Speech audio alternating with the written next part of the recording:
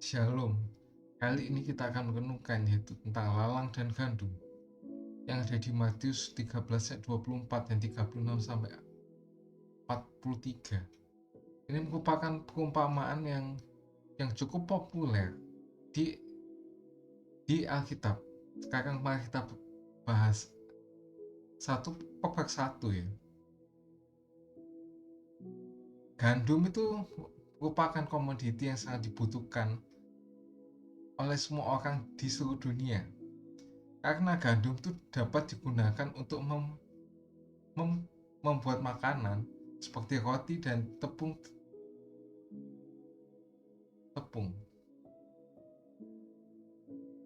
Kalau lalang atau yang biasa disebut gulma atau pengganggu biasanya tumbuh dengan sendirinya di antara tumbuhan yang dalam konteks ini adalah gandum yang tumbuh di suatu tempat.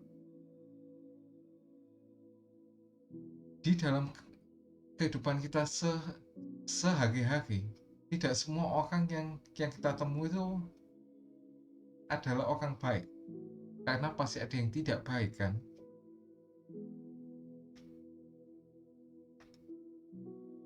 Dalam kekristenan itu pun juga tidak semua yang rohani itu baik. Meskipun ia dibaptis, pelayanan, bahkan sampai kepenuhan Roh Kudus pun tidak menjamin bahwa ia adalah seorang Kristen yang sejati apabila tidak melakukan firman Tuhan. Biasanya Kristen yang palsu ini disebut Kristen KTP atau juga sebagai penggemar Yesus saja, atau juga lalang di ladangnya Tuhan.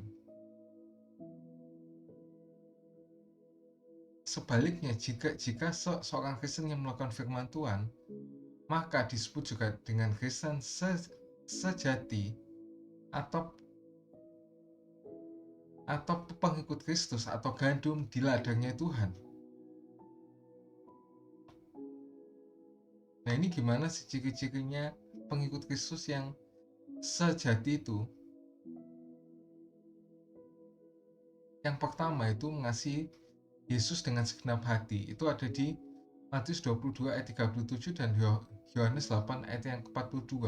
Ini tuh gimana sih maksudnya? Yang pertama itu meluangkan waktunya untuk Tuhan seperti ada di Lukas 10 ayat 39. Yang kedua itu mau menyerahkan hidupnya untuk Tuhan.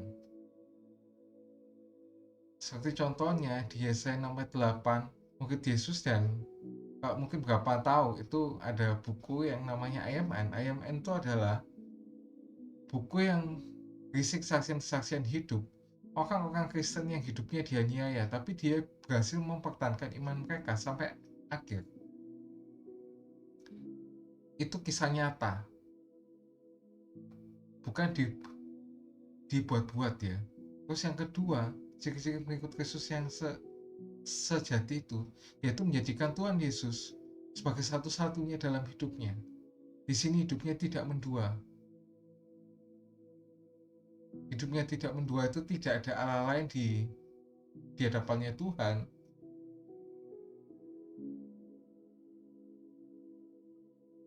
Seperti yang ada di Keluaran 20 ayat 3, yang itu merupakan salah satu dari 10 perintah Allah.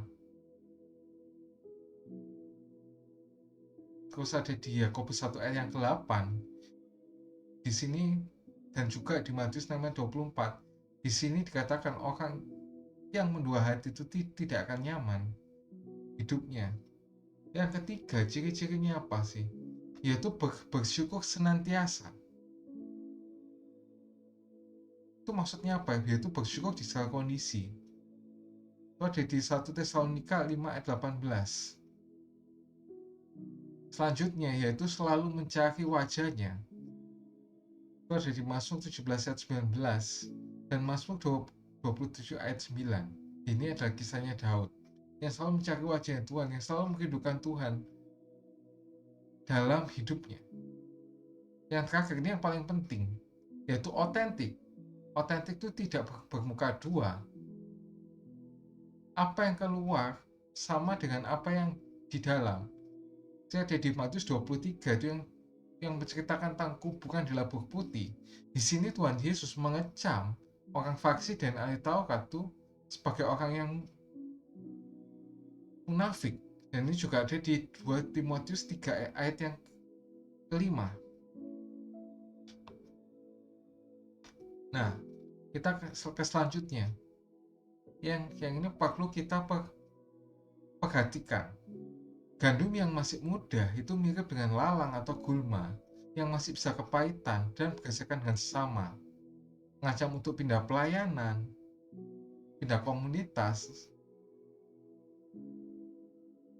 dan juga berbuat dosa, dan orang-orang ini tidak waspada dalam hidupnya, seperti yang ada di Matius 26 ayat yang ke-41.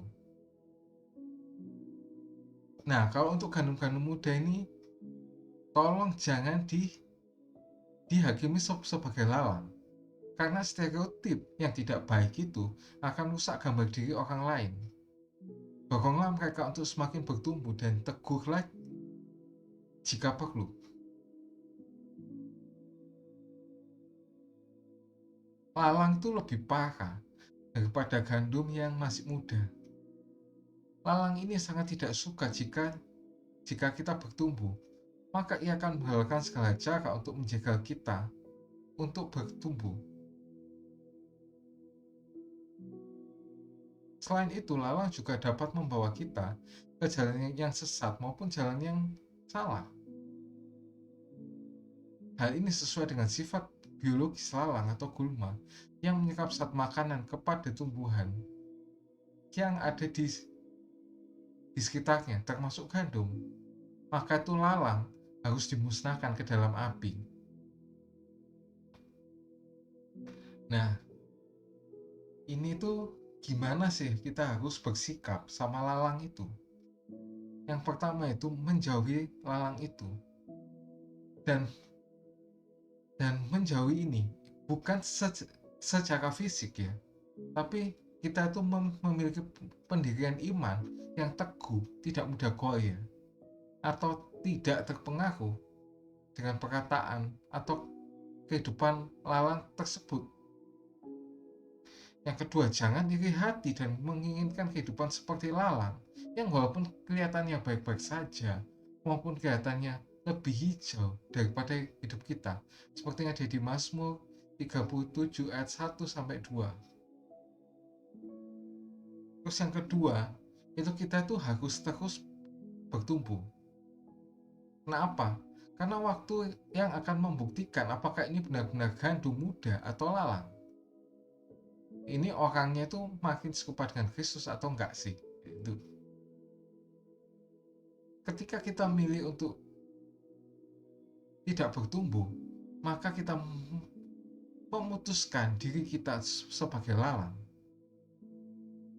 Sebaliknya, jika kita memilih untuk bertumbuh, maka kita memutuskan diri sebagai gandum.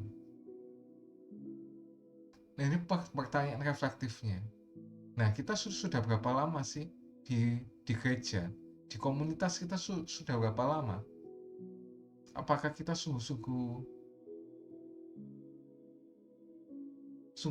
bertumbuh?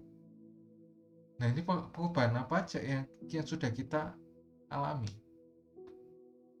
Yang selanjutnya, yang ketiga, sikap terhadap lalang, yaitu jangan syak atau kecewa terhadap lalang.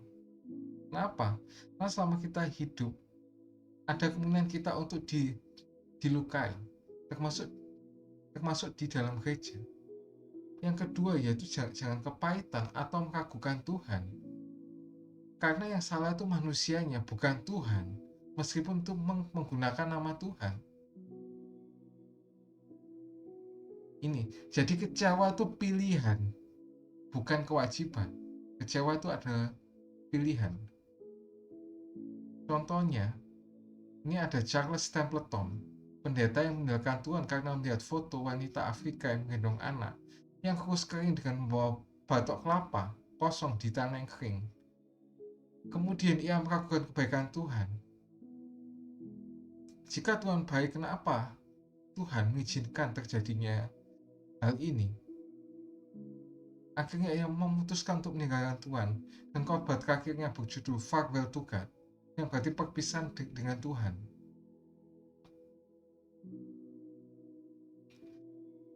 Orang Kristen yang sejati adalah orang yang tidak akan pahit atau kecewa dengan Tuhan. Walaupun ia ditipu, dikecewakan, dijelekkan, atau dikhianati oleh sama orang Kristen, bahkan oleh pendeta sekalipun, berkomitmenlah pada Tuhan untuk menjadi orang Kristen yang sejati, yang tidak mudah meninggalkan Tuhan karena hal sepele, seperti yang ada di Matius 13 ayat 20-23. Dan ini juga yang paling penting, saling mengingatkan, dan teruslah bertumbuh. Berbahagialah orang yang baca, mendengar, dan bahkan melakukannya dalam kehidupan sehari-hari. Ini seperti orang yang mendirikan rumah di atas batu, apabila ada angin yang menerjang, maka tetap kokohlah rumah itu. Amin. Jangan lupa subscribe, like, dan share jika kalian terberkati dengan konten ini.